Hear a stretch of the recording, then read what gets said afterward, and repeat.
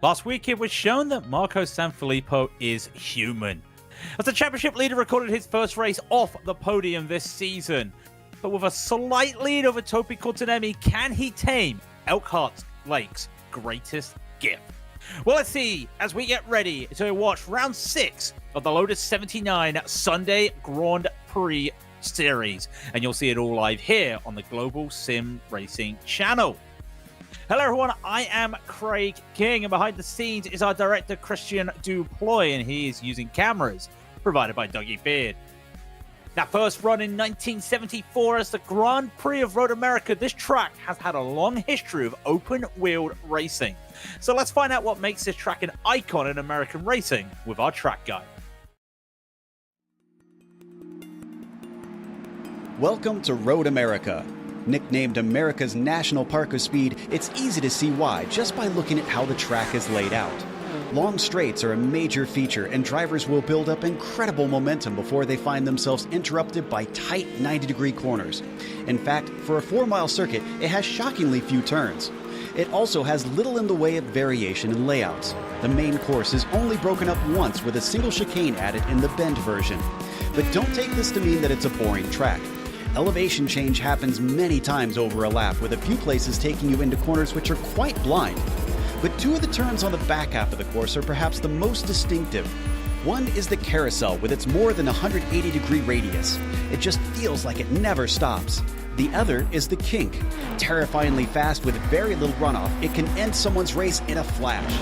As you'd expect, the heavy braking zones make for some ideal overtaking spots. Turn 5 sees plenty with its downhill entry. The hurried downs can offer drivers a chance at a sneak attack if you're brave, and then Canada Corner gives you one last shot before the lap is over. It's no wonder major organizations such as IMSA, IndyCar, NASCAR, and the SCCA all host major races here. All in all, many drivers rate this track as the best track in North America. Many who hop in the seat and try it can quickly understand why.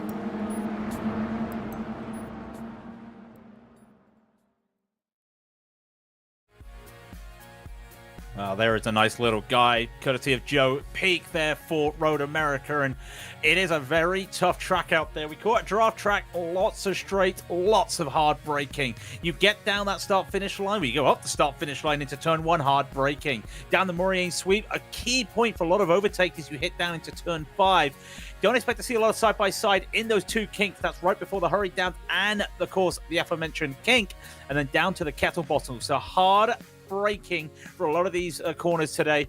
Be careful with the gear changes, with these H pattern style gear shifters. It's just going to be very tough out there for those drivers. Turn 14, also a danger point here. You don't hear a lot about it, but with the way it cameras out, it can hurt the drivers out there today. So look out for those danger zones today, especially Canada Corner. But with that on, because we do have some championships, we have 3 championships that we want to go over. So the F1 driver standing, I talked about the top 2, Sanfilippo and Topi Cortinemi. And then you've got Daniel Sanfilippo, the other Sanfilippo, of course, they're in third. But look at the gap between the top 2 and the rest of the field. Top 10 are all so close together. Toga Hizada, worth noting, could have made history today and recorded a clean sweep, the Triple Crown of Classic Racing this weekend. Unable to make this week, sadly, so hope that is not going to happen, but has a chance to still stay in that top 10 if the results go his way. Just look how close it is for the bottom half of that. We go to the F2 standings. There's a little bit of a different story. John Stevens, he is close as well, and you also just see how close the rest of the field is. The top 5, down to Kurt Clapper, all close up together. It's very interesting when you realize that in that top 5, 2 of them have done an extra race, but only 4 races do count, so it's going to be interesting. John Stevens was not here for Donington Park last time by, so all eyes open to see what can happen this week. And of course leads us to the team standings. Now, if I talked about 2 Sanfilippos, that must mean Sanfilippo and Sanfilippo are leading the championship, and they are indeed. Look at those gaps as well. The SEO 9000s just dominating. Didn't have the best of weeks at Donington last time out, but they are still on top. Alfa Romeo trying their best, but again, not a good week for them out at Donington. As you could say as well for Team ATS, the more points you get, the better it goes, and that's why Dylan Freckleton being consistent there in P3. So that, of course, means now with the championships all looking nice and handy, let's just go over what we're looking at today in the race. This is round 6 of 13, and it's 21 laps. And as we always say, it's an open setup. Bring what you have got, but do not crash that because there's no spare cars. So one little hit and it is over. And there's a lot of concrete walls out there today, so you want to try and avoid those. There is a drive-through penalty, of course, at 17 incidents, and a disqualification at 25, which, you know, knock on wood, we don't want to see anybody hitting those incident points. But again, it can happen. You go a bit too wide outside of Canada Corner, or try to run a bit too wide at turn 1 or turn 5. There is runoff, but at a certain point, the sim will tell you, no, you stop. Let's get into qualifying and some of the drivers already fixing up their qualifying. Toby Courtenay has the pole position at the moment as we see Marco Sanfilippo coming around to the end of his lap. He's currently P4. Down into that Canada corner. Look at him hug the inside, go as wide as he can without hitting the off track. And still goes on. Gunnar Fritsch just going into P2 as well. But here he is using all the runoff there at the Bill Mitchell bend. And now gets it tight. Look how tight it is. You want to get on the throttle. And you have to wait to get on the throttle there for the final corner. He's going to go up the final straight. Up that hill one more time. Has he got the pace to set that pole position? It's going to be a 50.764. He misses out by 0.016 at the pole position. He'll be side by side with Toby Courtenay, of course, but that's going to be interesting when he will not have the ideal line coming to the first corner. Barry West, he looks to be setting his final times and, of course, going up that hill. One good thing about it today, as we look at JD Rodriguez, it's not a rolling start. If you're not used to the Lotus 79s, and if you haven't seen the Lotus 79s, where have you been? It's not a rolling start. It is a grid start. So if you've seen those rolling starts, as JD Rodriguez comes into 17th, Dylan Freckleton gets up to 6th of a good time. Rolling starts here, going up that hill, can be treacherous. Standing starts, you don't see that. So qualifying will just slowly tick over, and it's a very close field out there because the top four is separated by just 0.3 of a second. It's got that real formula feel to the qualifying, and the top three are the only ones in the 50-second, 1 minute 50, sorry, not the 50-second, well, it is 50-second, but regardless, qualifying now over, and it will be Toby Courtenay, as we said, taking pole position with Marco Sanfilippo in second. Going up, Fritsch, as we were talking about, will be third, and Brandon Roseborough will take fourth. Miko Kaito will be fifth with Dylan Freckleton in sixth, and then Juho Rania takes seventh. Guillermo Martin Gonzalez Diaz having eighth. Nathan Finnegan will be ninth, and Daniel Sanfilippo will be 10th. We go to the second page. Daniel Gallis will be 11th with Mickey Friesen trying to rid himself of the IMSA Vintage yesterday in 12th, having Mascara unlucky 13th, Ricardo Ruiz 14th. Juan Francois Bocas will be 15th, with Ozzy Pahaka getting out the booth and into the race car today in 16th. JD Rodriguez 17th, Bjorn Ackerman will be 18th. And then Josh Brain 19th, with Christophe Demey in 20th. And we do have one more page. We almost have a full two splits today. Antonio Alvarez 21st, Jose Conde will be 22nd. Steve Morris will be 23rd. Mauro Micheletti will be 24th. Barry West, last of the time, qualifies in 25th. And then the non-qualified Jack David Spickett, Jason Clapper, Gerard Boudlou, and Tano Benotti will be your 29 car grid. What a number that's going to be, 29. As the drivers start onto the grid, and they're going to get ready for 40 minutes roughly. Going to be 21 laps, of course, of action out here today.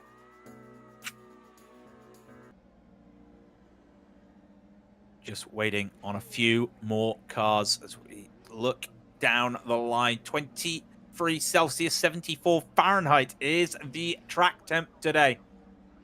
So it's a bit of a colder track out there, which will help the drivers. It's 1 o'clock in the afternoon, sim time. The lights are getting ready to go, and we're going to be getting ready to go green, green, green. And let's see who gets a good start. It's not a good start from Toby Courtenay, and straight away, Marco Sanfilippo is going to try and make this move. It's going to be around the outside, get the better run behind as well. It looks like Brandon Roseborough is going to try and get onto Fritz as well. Around the outside goes Sanfilippo to take the lead. We've got a car off in the background already. We've got two cars off in the background. Now they're still side by side, coming down into turn 3. It's going to be the inside for Toby Courtenay. Going off Frisk as well, retakes that lead. Gonzalez Diaz there takes up 2 positions as well. More spinners in the background. This battle still side by side. The run is there for Marco Sanfilippo. Can he get this? He has got almost a car. He's got the whole wheels there, but late braking here from Toby Courtenay. Tries around the outside. It's very tough. The respect has to be given for Sanfilippo. Leaders still side by side. A couple cars going off in the background in turn 5, and they get out of this, and finally Sanfilippo finds the way through in turn 6. In the background, Aussie Hacker +7, as is JD Rodriguez. Real good start for some of the drivers in the middle of the field. And that's a bit of a late break there from the purple car. Dylan Frackleton gets it under control. Fantastic little start there. Would have punched everybody up a little bit there with the leaders going side by side for oh so long. But now they can just take a breather and a sigh of relief. They're halfway through the first lap. Here is Jack David. Mr. Non-qualifying is +7 already after that. Few cars going off already. Ricardo Ruiz, Bjorn Ackerman, and Daniel Sanfilippo all going off on the start of that race. We'll see Gunnar Frisk continuing on to see, does he have the lines here? And almost bottoming out there was Toby Coultonemi, hitting the exit there of Bill Mitchell at turn 13. Don't think there's going to be a run here for Frisk. He's going to have to wait. He's going to have to hope that Rosberg does not get a run himself, and he'll get close, but it won't be close enough. He'll just have to wait. There is some side-by-side near the back of the field. I do see Ozzy Bahaka. He's looking like he wants to try and have some racing as well. Actually, when we say that, Toby Coultonemi to the wall. Toby Coultonemi is at the wall, and he's come back onto the track, and he's collected one driver. And that is not what we wanted to see. Toby Coultonemi in the battle for the championship is out of the race. Now, was that a mistake coming out of turn 2? Here's a hardware failure. It was a hardware failure for Toby Coultonemi. And all of a sudden, Brandon Roseberry is up into 3rd. And Toby has confirmed that that was hardware failure. That is not one we see a lot. He accidentally took out Julio Reyna. Nothing he could do. We'll have to look at that later on. Mickey Friesen now is going to try and pick up some moves. He's side by side and tried to go with Javier Mascara. He has to get on the brake there. Javier a little bit slower there, and that will allow Diaz to try and go around the outside. Diaz a little bit too fast. Overcooks it. So let's breathe and just reset for a moment, because that's a shocking moment in the championship. Toby Coultonemi is out of the race. Now here is Bossus. He's trying to battle. There was almost a 2 wide behind him as well between Jack David Pickett and Antonio Alvarez. And there's Josh Brain as well. He's looking in at that battle. Juan Francois is going to try and take that inside away from Daniel Gallas, not making it, and Jack David Pickett has the overrun into Bill Mitchell. You don't usually see a side-by-side into Bill Mitchell, and that did a little bit of a shock there for Juan Francois, and he's lost that position. May even lose this to Jason Clapper, not having to at the moment. In fact, that mistake from Jason Clapper means that Antonio Alvarez is going to go side-by-side, and it's all happening in the middle of this pack. Because now you got a little bit of a side-by-side, almost 2x2, because can Juan Francis also get through? Can indeed. Antonio Alvarez then bulks up, and that means Josh Clapper goes. So this is the start of the race. This is Daniel Sanfilippo. He loses it a little bit, goes a bit wide, but then as you can see, he's just trying to push hard, and the car going a little bit wide, not getting the views he expected. And here's Antonio Alvarez. Antonio having a moment. I think this is the one as well. He goes in. This way he goes a bit too deep. Yep. And then you can see the rumble strips there just going wide. Go back to 5. He loses out another position. And that is now to Jason Clapper. Got Josh Brain behind him. Very tight in this middle of the pack. It is what you want to see as well, but this is also looking good. Brandon Roseborough trying to catch up with Gunnar Fritz, and to be fair, this could be a 2-car battle now for the podium, but you know, can't factor out Dylan Freckleton, can't even factor out guys like Ozzy Bahaka. It's only 8 seconds behind. It'll be interesting to see what he does. Look at the lines though they take through Canada corner. It's interesting just to see just the way that corner works. So many different ways you can take it just with the nature of the runoff.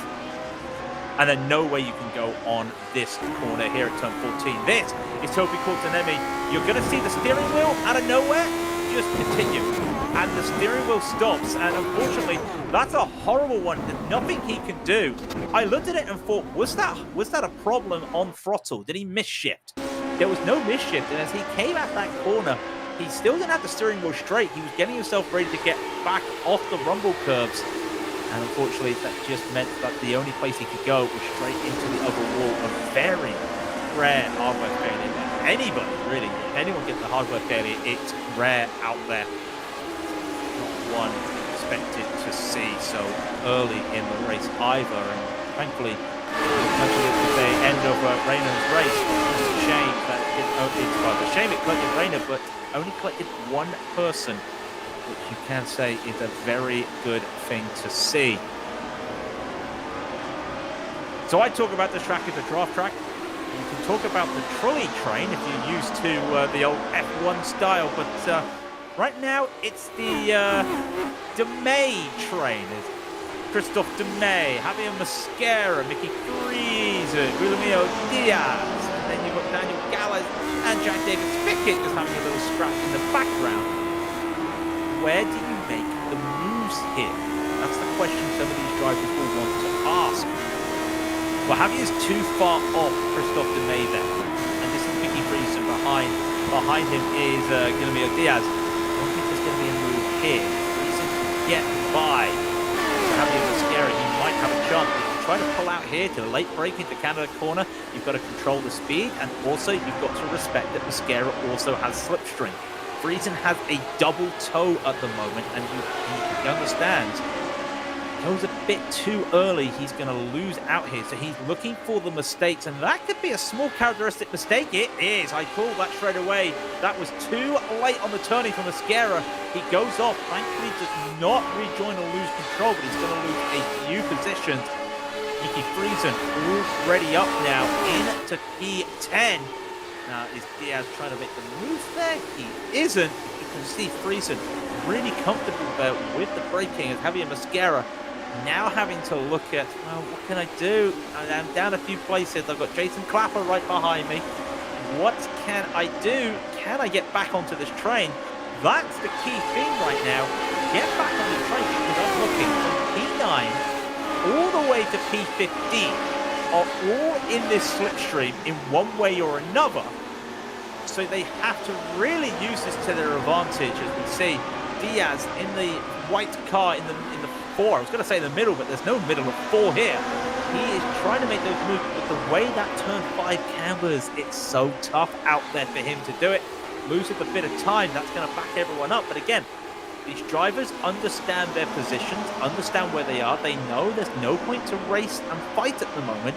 Maybe, and it's a maybe, they can catch up to the pack in front, which at the moment I believe is just a 3-car pack of Ozzy Bahaka, Nico Cueto, and JD Rodriguez. So it'll be interesting to see what they can do. Friesen, though, has a good run on DeMay here. You've got to feel that if he's got the ability, he will go for the move here, and he thinks not about it, and almost Diaz goes into the back of him. Not what he was expecting. Now, I can report Daniel Sanfilippo, not Marco.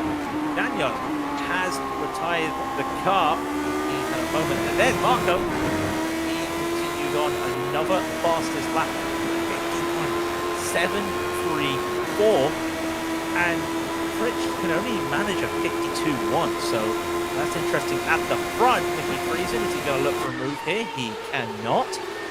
Really close, so if he can't make the move here, fights the dirty air. That's what he's going to have to do right now, is fight that dirty air, set himself up. Meanwhile, behind, that's a move we didn't expect from Jack David Pickett. He makes it stick, though, and that was something that may have upset the apple cart in the back of him. But if Friesen understands that, and we know what Mickey Friesen's like with the cool, calm collectiveness that he has when he is showing his webcam, he's going to try this around the outside. It's going to be very tough. This is not a doable move. And in fact, he backed out of it. But because, again, that camber loses a bit of speed. And now I'm wondering, has he got less wing to Christophe DeMay out there? It's going to be very interesting. it feels it. It does feel like he may just be a little bit trimmed out there. To report that Juan Francis Botus unfortunately has had a moment and is in the pit, losing it at the kink there, the first kink down into the hurry downs. I always call that a kink. I know some people will shout at me for that, but there are two kinks here at Road America. One's just called the kinkers. We watched JD Rodriguez, that little battle I was talking about ahead of that main pack we were watching. Ozzy Bahaka leads them. Nico Kaito will be there. Meanwhile, in that other pack, David Pickett looking for some moves, and he manages to go, stop it. He sets that overtake up at turn 12, that's Canada corner, and as I say that, I curse the man. He almost made it around the outside the Bill Mitchell bend there, and David Pickett did all the hard work, and then manages to make a mistake at the final corner, loses a bit of time here, but look at the speed difference. JDS definitely, with a little bit of slipstream, he might be able to hold this position. He does. Friesen trying to defend Diaz. He does. And this is what they don't want to see right now. Because hopefully, they can now just work together. Maybe JDS can get past Christophe Demey. He'll just go to plus 16 for the day already. He could make this the 17th man on the day. The defense from Demey, very good defense. And this is going to be JDS trying to go around the outside.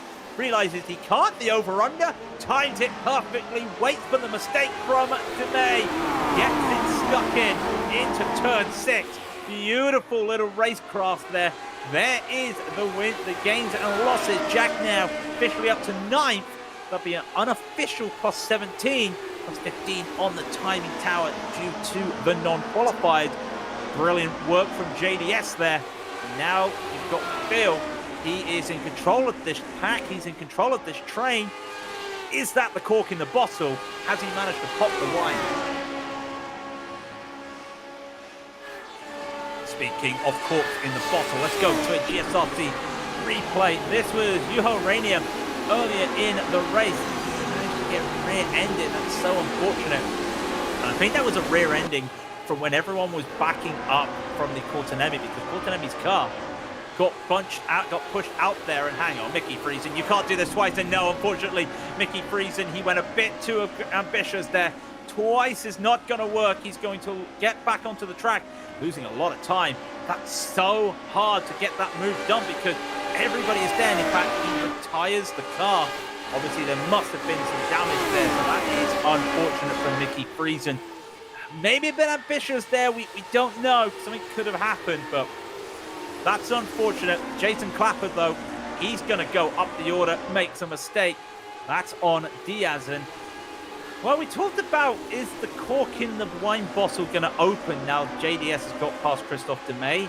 It has, but we've taken the cork and we put it in the new bottle, and it's Jason Clapper now because he is now holding through. And we'll get back to that, though, later on because he's got these trains going everywhere, and this isn't a train, this is just a straight up two-man battle. Going up for it in the P2, Brandon Roseborough in P3. And they've been like this for a while. In fact, they've been like this since the start of the race. Well, not the start of the race, start of the race, and then Torti unfortunately had that moment there. That has kind of thrown a spanner in everyone's works out here today. We'll wait to see what they can do. JD Rodriguez, though, is looking like he may have a run here on Miko. I don't think he's going to get it after that kink with Dirty Ed. Just making him turn in a bit too much there at the kink.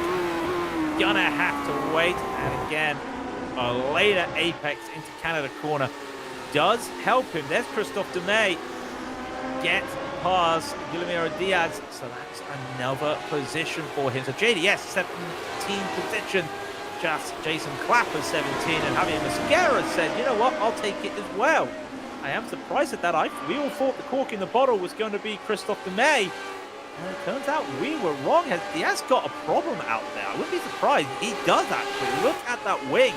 Something must have happened. I did see him apologize earlier. That wing is heavily bent. I do wonder if this means he is down on top speed out there. And it looks like that might be the case. Because all of a sudden, well, he's going backwards. He is going backwards. And he's got Antonio Alvarez, Daniel Gallant, and Josh Brain all there as well. And a wing like that as well, you've got to feel that. Well, he's even struggling when it comes to steering with this downforce out there. Downforce affect cars, of course, but you still need a wing on the back to keep the rear planted. And he just does not have the speed. Going to try and fight this against Antonio Alvarez as best as he can. It's not going to work for him. That is unfortunate for Diaz. A good qualifying, good start to the race. It's not happening for him at this moment. So we look at, I'm just looking at this track map right now. It's a very interesting track map overall, because you wonder, like, talk about the gap, we talk about the trains. Here's JJ Rodriguez. Leader has gone. P1, P2, P3 all together. P4s on their own. 5, 6, 7, and 8. We're looking at them right now all together behind them. A little bit of a train of 9th, 10th, and 11th. Well, they've managed to spread away from 12th all the way down to 17th. And that just shows what has happened in this race. Not a lot of chances to make moves early on. Just wait for the opportunities and the mistakes the drivers make, and then just set yourself up. And that's what's happening out there. I am surprised Ozzy Bahaka unable to make more positions out there. So that's that Mickey Friesen move we were looking at. And again, I don't think he was trying to go around the outside. It wasn't being ambitious to try and go around the outside. He was just trying to take a line that was safe, and probably just turned it a bit too much, and maybe a bit of washout from the car in front. Who knows? And we have had a crash on the start-finish straight, and that's unfortunate there. That was Diaz. Diaz got driven into the back for Antano Benotti. Benotti not realizing the speed difference with a broken wing there. Benotti going into the back. A lot of damage, though, unfortunately. And hopefully, that allows Benotti to continue driving. He didn't catch much damage there, but you've got to feel he does not have the pace. And JD Rodriguez making a bit of a mistake out there as well. The half is coming up around the halfway mark of the race, and you've got to feel that the drivers starting to experience the stress out there. Track temp, of course, still it's still 76 Fahrenheit, 24 Celsius out there. But you've got to feel that if you're overcooking these tires, as we see with Benotti, especially with the damage he's carrying, a little bit of overcook, and you're gonna struggle out there today. Oh, these drivers aren't struggling out there. Unless Roseborough is unable to get a move on Gernot, or if he's not even trying, they're almost matching lap times out there. So one would think if Brandon wanted to make a move, he would look for it sooner rather than later. But they're about to start lap 11 in the race. So maybe at the halfway stage, that's what he's looking for. But this is Tano Benotti looking for the move. Now, that's an interesting one. Can't really say what the idea was there. But I think it was the case of Diaz trying to move over to let people go by. He realized he was slow. Just not realizing what was around him. Sometimes you do just get that moment. It's we're all human error type thing. So fortunately, that has happened out there. Goes around. We can see him make that move. He had a moment out there again. He spun out. And Roseborough looking to find something out there. Just a hope, a prayer, a wing. Oh, he wants to keep a wing on his car, of course. You don't want to see any more wings flying off. But again, you look at where do you make the moves around here. And ideally, if you set yourself up here, out of the carousel, out of turn 10 here, maybe kind of to Canada corner at turn 12, and just not close enough at this moment. So just pause, just reset, and hopefully he can look for this. But these are the moments of the race where if you're looking for this move, where you have to admit you're not going to go any further on the track. You've got this one position you're battling. This is now where you would start really to experiment ideas if you're like to Brandon Roseborough, you start to experiment. Where can I look for these moves as the IndyCar weave, as I like to call, goes to try to break the slipstream there. But here's Barry West looking to have some battles as well. In front of him is Steve Morris and Mauro Micheletti trying to have a little battle, and Morris gets it stuck around the outside, or the inside, sorry, of Canada corner. Again, a slow exit there for Mauro, and this may allow Barry West to just catch up, try to make the move. He goes wide as well. Jose Conde right behind them as well. Even here in the back of the field, they're still hard battling. There is nobody really off the pace today. It is just the hard battling with the trains. You've got to feel something will give as well. Surely Micheletti looks to try and make the move around the outside. That's very ambitious. Can't even turn in. Maybe a mistake there. Barry West will look for that line. Get that line. Going to take it into turn 3. No problem. Now the question is, can he hold the speed? And again, Micheletti, unfortunately, having a mistake. They're turning in again too early. And it is tough if you are side by side and you're in the corner and you want to try and make that turn in. Sometimes you want to turn in earlier, but you have to remember you have to take a different apex.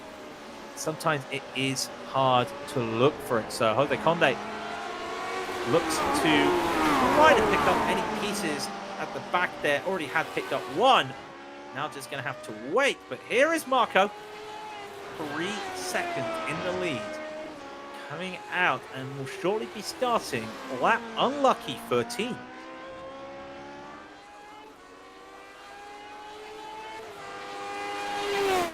Now the pace he is showing out here today.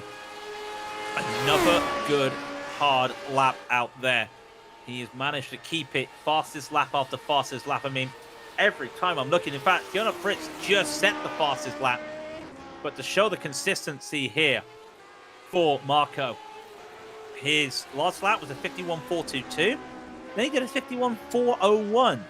A couple laps before that was a 51.529. So you can just see he really has that consistency nailed down. But all of a sudden, Gunnar Fritz and Brandon Roseborough are starting to reel him in a little bit. You saw Fritz making that fastest lap last time by. Got to feel if he's got that raging Brandon Roseborough right behind him, maybe he will be able to just hold on. That was a 51.363. It's 500s faster than what Marco was putting in. So do keep eyes on that. See Jack David Spickett's battles continuing as well as he tries to take on JD Rodriguez. JD gonna hold that around the outside. Very nice defense to hold that around the outside of turn 6. And now Jack David Spickett gonna look for the move into the kink. Jason Clapper's right behind him. Is JD? It's gonna go for the late braking hit down into turn 8. He does, and they're still side by side. You can't really go side by side into the carousel. So what's Jack gonna do right now? Is Jack David Spickett looks to go for it. He tried to get on that throttle early, could not make it stick. This is gonna be hard because he goes from attacking to defending. He's going to be on the back foot a little bit, but he's got the speed. He has got the overrun there. Looks like JD had a bit of a moment through the kick. Jason Clapper's going to join in. He's just going to try and wipe off both of them at the same time. He's got to try and do this around the outside of Canada corner. Going to be tough, though. He managed to hold it around the outside, so the outside will become the inside for Bill Mitchell-Benn. Now, can he hold on to this into the inside? He cannot. Almost wash it out to the side of Jack David Spickett. Real good defense there from JDS. So in the space of half a lap, hang on 1 second, both cars coming off. The battle's still brewing here. Jason Clapper will get the run. Now JD Rodriguez is not going to look for this, are they? The 3J. This is 3J's in a pack of cars. We're missing one more. We don't need it. We've got the battle we want right here. Jason Clapper is going to take that position away. Clapper is up into 8th position. JD Rodriguez is going to have to keep the temp. And Jack David Spickett is going to be the man in the middle once again after all that work. He remains 9th for the number 9 car. But is this an opportunity for Jack to make a move? And in fact, he stayed on the back of Jason Clapper. Decided, no, let's not do it. We've still got 8 laps to go. plenty of time to make those moves. And in fact, why does he need to make those moves when you got Jason Clapper making mistakes? All these drivers having a little bit of moment, then again, they have to back up a little bit. Jaden Rodriguez backs up a little bit. They're having a very good brawl out there for sure. You've got to wonder, they don't really care about, well, we're not going to catch up to Ozzy and Nico ahead of us. We're just going to keep this little battle. Because Christophe Demay having Mascara, even in this battling, they're unable to really catch up to the rest of this train. So these three can just hold on. Rear cameras, you can just see behind 2 cars. And it is oh so tough to try and fend off 2 cars. And you know, mistakes are a dime a dozen out there. It's just really hard to look for moves. Clean exit from all of them this time. And JD look for a move though on Jason Clapper. No. So they're just going to wait it out. And if you're looking at those timing towers and you can do maths on the fly, that battle between Roseborough and Fritz has not moved. But there is another battle that has been brewing because all of a sudden, Ozzy Bahaka, 24 hours ago, we were in the virtual booth together, and now he's out there driving, and he's side by side with Nathan Finnegan. He's looking for a little bit of a move here. He's going to try and get this stuck. Can't get it this time. Manages to get it, though. He takes that position. It's a plus 11, which it doesn't sound as respectable as the plus 19 and plus 17 from Clapper and Spickett. But when you realize that he qualified, and that's not me having a dig at Jack or Jason, because they know I always like to bring that up. Yeah, you're making up loads of positions on the track. It's starting at the back. You're bound to make up positions. Ozzy going plus 11 after qualifying P16 is just just impressive. And he's going to have to hold off Nathan Finnegan here. I wouldn't be surprised if he does it. And I must be honest, last time he did a race here on GSRC, he was asked, what brought you out to drive today? And he just said one word: boredom. I don't think he's being bored out there today. I think he's enjoying the fights that he's having, working his way up the order as the legend that is Ozzy Bahaka comes out once again, and he gets a good run here out of turn 14. And it looks like he does, and he does get ahead there of Nathan Finnegan. I don't think Nathan's going to have the slipstream to even look for a move. He doesn't. Ozzy Bahaka is going to solidify that P5. Jack Davis Spickett, though, on the same time, it's going to go side by side with Jason Clapper once again. Say if you haven't heard that before, but Clapper holds the position. Now, if you're Jack David Spickett, you don't want to go off track like that. You kind of want to just hope that you can get a run started out of 1 down into the exit of 3 here. Not able to do it right now. So this is Ricardo Ruiz having a moment, just taking too much speed and trying to slow that car down too fast going into turn 14. That's why they call it a tough corner. Because as well as the fact that you want to make sure you're not bogging down and you're not getting on the throttle too early, you want to make sure that you actually do get that speed down to a respectable moment. And if you're like me and you make the rookie mistake, you're sometimes taking too little speed in the middle of that apex. But that's what happens if you try to take too much there. The rear went as he tried to slow it down, and that is unfortunate out there. So Nathan Finnegan, good run out of the carousel on Ozzy Bahaka. And report Antonio Alvarez has had a moment out there.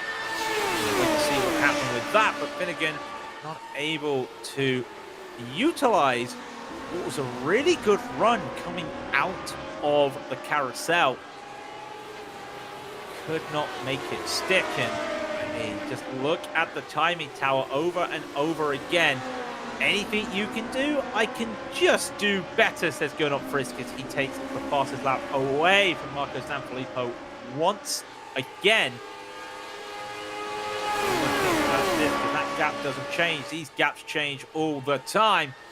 And hopefully they can just hold on. I can actually report Antonio Alvarez, it was a connection drop there unfortunate for him. Nathan Finnegan continuing on, and you've got to respect that one mistake here and you don't get P5. You lose P5 and you lose P6 because you've got Kaito right behind. Just having a look, got a real nice view of this little train. And I guess it's safe to say, after we called trains earlier, this is the Bahaka train.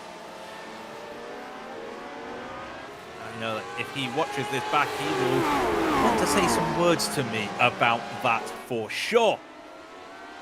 Sorry, Ozzy, but Bahaka, now he's just going to have to try and fight this battle, and what a battle it will be as well. He managed to catch up to the back, though. You've got to give the respect catching up to that back. I think about 5, 7 laps ago, he was 2 seconds behind.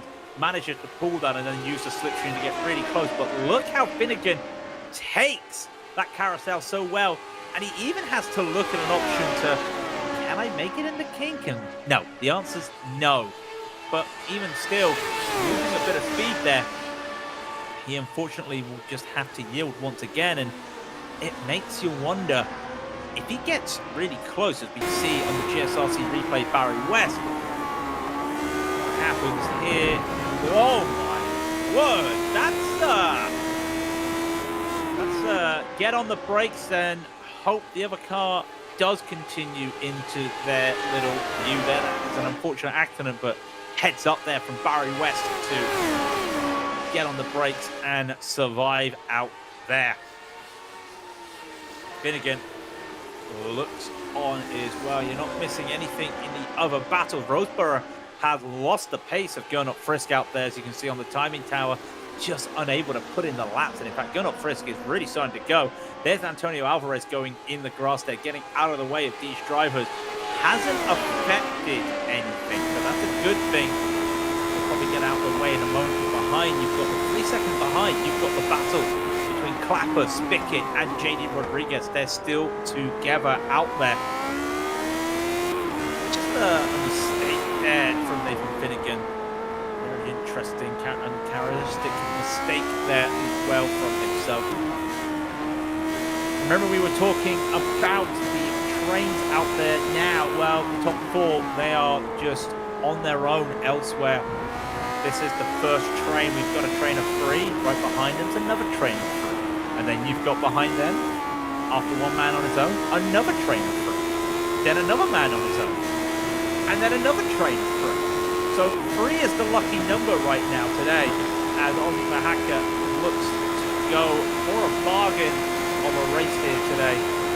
Unable to really get closer. Because when you think Ozzy is 13 seconds away from Dylan Freckleton, and I know Ozzy is a good driver out there, but I don't think he's going to be able to do that out there as we keep watching. Jason Clapper, though, is catching this, and in fact, there he is. There's Jason, there's Jack David Spickett, there's JD Rodriguez, the Bahaka train. I'm going to keep saying it, Ozzy, the Bahaka train may be getting some more customers, because this could be a 6-car scrap as we start lap 19. Well, they start lap 19 with 3 laps to go. And you've got to wonder if these drivers do just keep going like this, and this may help as well. Finnegan's had a misshift or a mistake there coming out of 1, and that backs everybody up. The Bahaka train, he may have left the carriages, and now it's Finnegan who is the driver of these carriages, as he's going to have Jason Clapper catch up there, trying to do this battle. Nico is looking for the move. He's not going to get this. He's going to try and do this around the outside. This is very important. This will be for P6. Can he get the over-under? No, he even tried. Very tough to try and make that move around the outside while these guys are fighting. That means Ozzy Mahaka continues on. And there it is. Jason Clapper, JD Rodriguez, Jack David Spickett, not in that order. All together, we have a 5-car battle now for P7. And for a moment, it looked like it was going to be a 5-car battle. Well, not quite P7, P6, sorry. It looked like it was going to be a 5-car battle for P5. But Ozzy Mahaka, with all those mistakes happening behind him, able to just keep on driving, keep his eyes looking forward, and hold off. Marco Sanfilippo will cross the line and make it 2 to go very shortly, but we're watching this. And up ahead, that is Jason Clapper and Nico Kaito. looking to go side by side. It's going to be tough for Jason to make this move around the outside. He may get this done, and they do go side by side, almost come together, and he manages to get this done. Jason Clapper's got the advantage there. He gets that done, and I'll call that a move around the outside of Canada corner. Fantastic move from Jason Clapper. And now Jack David Spickett trying to get past Miko. You've got to feel that those tyres are warm there for Miko, because JDS wants to get by as soon as possible. He'll get the double slipstream. Miko will get a slipstream. That's not what they want to see. Nathan Finnegan's watching this all and just thinking, brilliant. I don't have to worry. Is there going to be a move here? No. Real good defense there. Just at the last moment, realized when he was going to pull away. But has that cost him? It has. Here comes JDS. He's going to try and take that move down into P turn 3. And the number 9 goes up into 8. Don't call it 8 yet. Still side by side. He's had to give that position back as JDS. And you can't really blame him at this moment, but he goes for it again. Has he gone in too deep? He hasn't, and in fact, right behind, because he blocked that racing line, it means that JD Rodriguez unable to make an over-under of his own. And when I say blocked, I don't mean he's deliberately blocking, but the line he's taking means that if Miko wants to go for that over-under, he cannot, but Miko's got the run once again. These guys are just trading shots out there today, almost coming together. They almost come together, and JD Rodriguez tries to avoid it, but trying to slam the brakes on in mid-corner never works, and JD, unfortunately, goes around. Is he going to get by a few positions? I think Javier had to slow down for him, yet JD will stay in 10th position. That's unfortunate there. JD trying to play avoidance, then it did not work for him out there.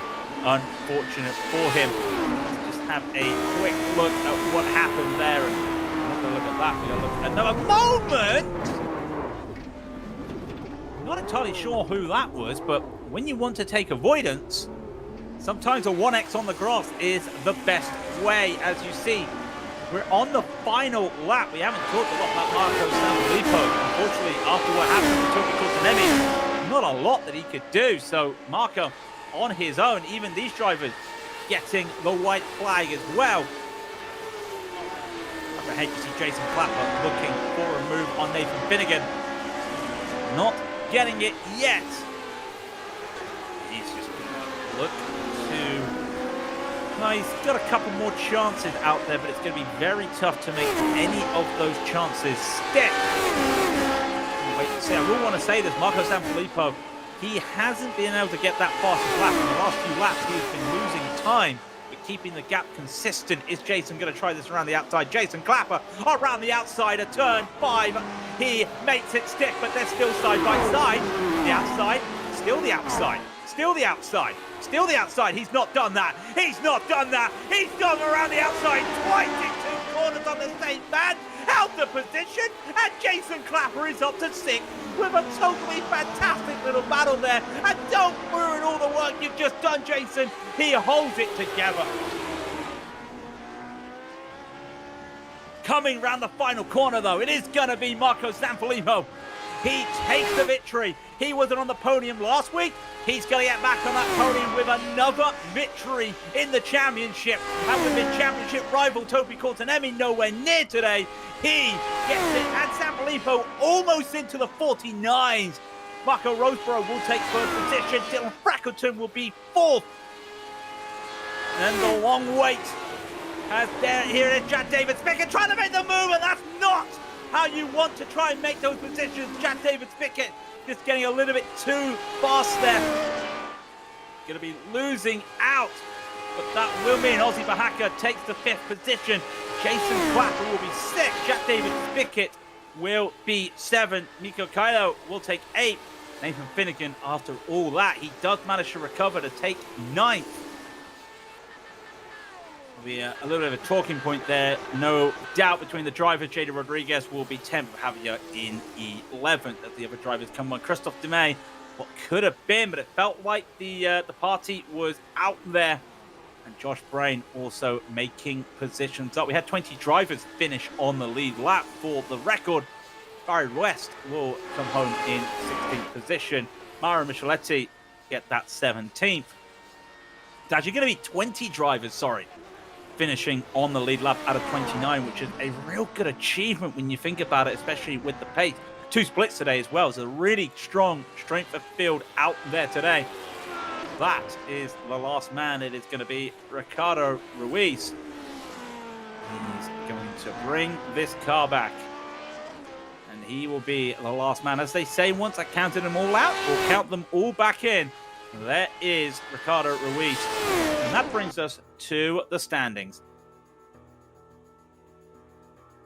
So, as we said, Marco Sanfilippo wins that race out there today in dominant fashion. He did get the fastest lap at the end from Gernot Frisk, who finishes in second.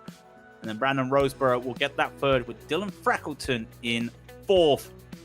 And then Ozzy Bahaka will be plus 11 for the day for fifth. And Jason Clapper, again, he did start from the back.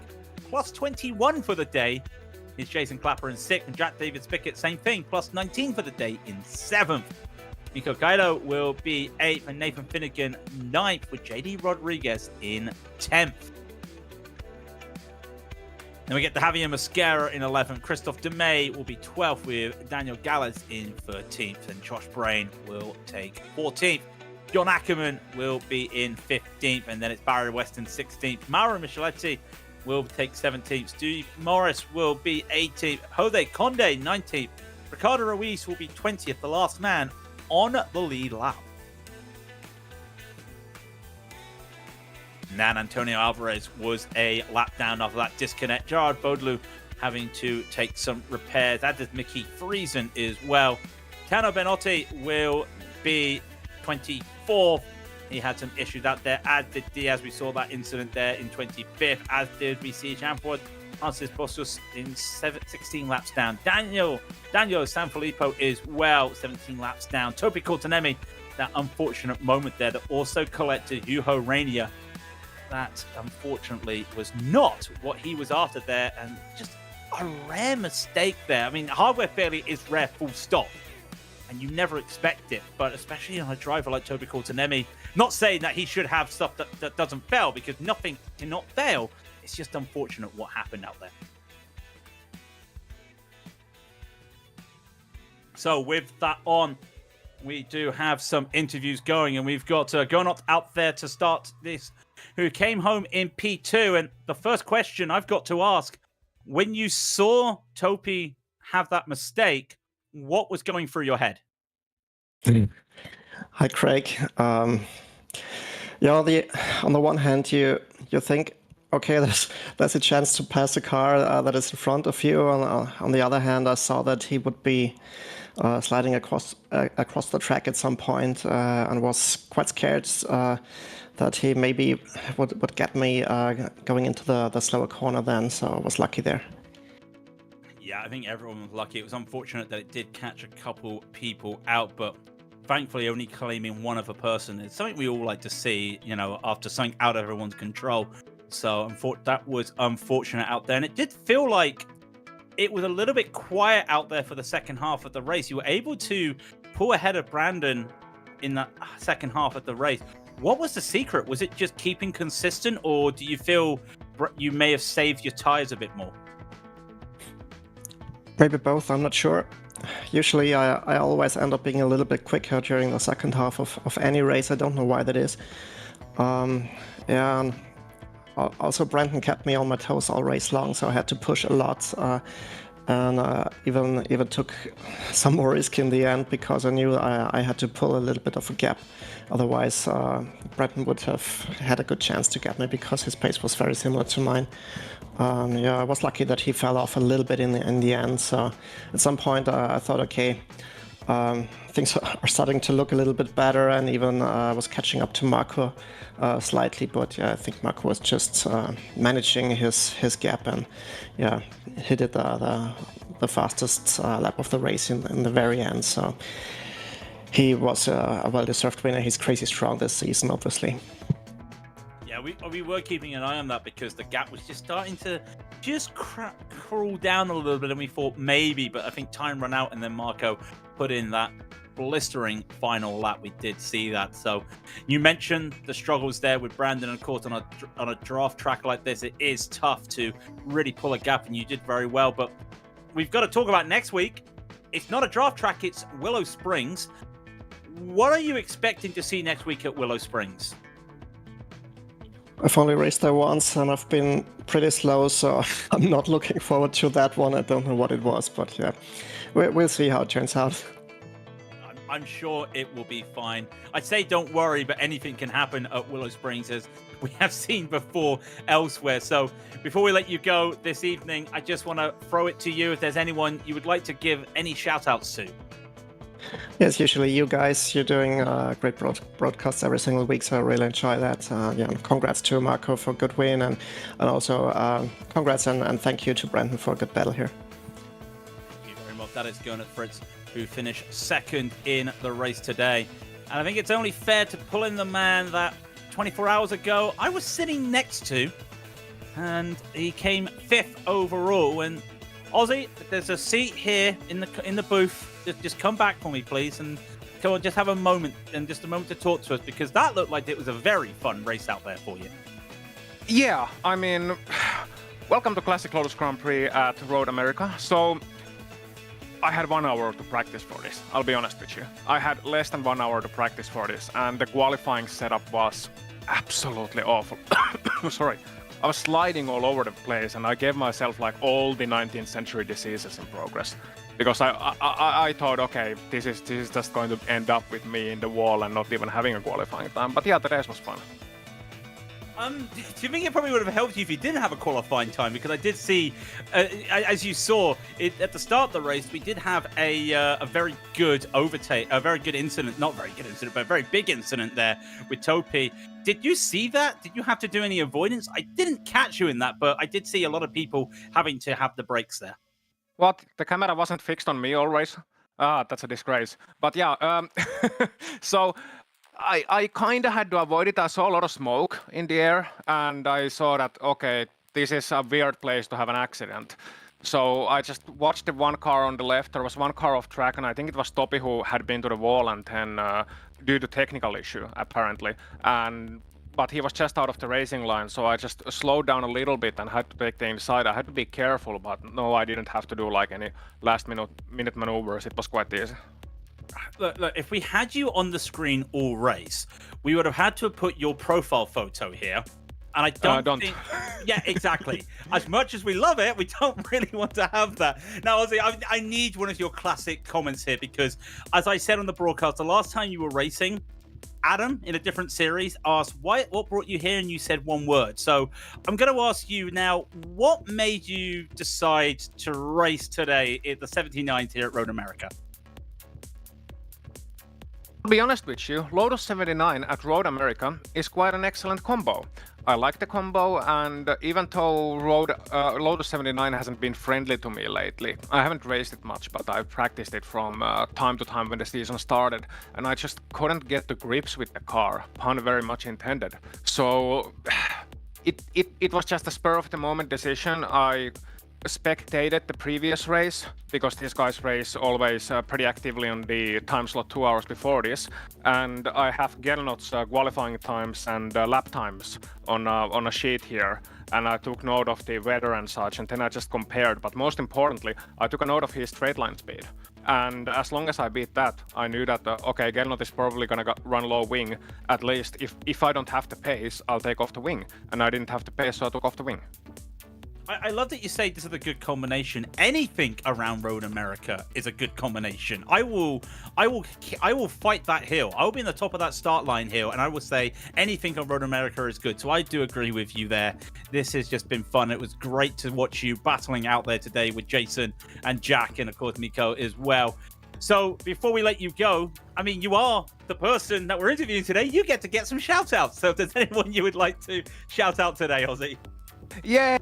First of all, I'd like to give a shout out to Mr. Craig King for apparently thundering through this broadcast. I saw you alone in the commentary booth at the start of the race, and I felt bad, but you know, man's gotta race, so man's gotta race. Then I would like to give a shout out to the entire crew at Risla Plasaldi Motorsport, the geezers as they're called, especially to Shaky. And I'd like to give a shout out to my girlfriend, Amy. I love you. Oh, Ozzy, I have to be honest, there was a moment where I thought, let's just put you in another room, and then every now and then just drag you in just to get a live view. But I thought, no, we'll let you race. We'll let you race. Do not worry about that. It was great. I was about to suggest that. One day we may get that, but today's not that day. Today's a day to celebrate a very good P5 with some good battling. That, of course, is Ozzy Pahaka, who came 5th out there today. Thank you very much. I didn't expect to see you today, but I've seen you for a second time this weekend. I don't think we need to see each other anymore. But that is Ozzy Pahaka, who comes 5th today, and that is going to wrap it up for us today. So I want to give a thanks to the team, a thanks to Christian, and of course a thanks to Dougie.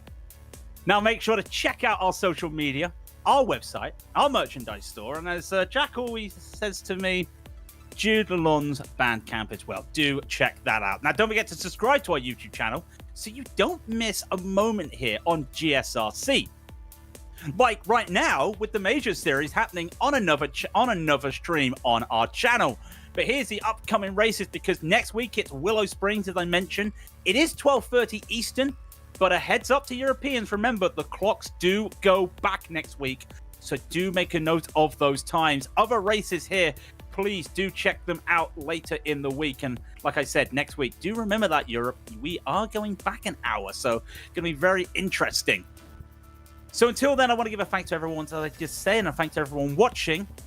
And I am now going to get some lem sips. So until next time, race clean, race hard, and we will see you on the track.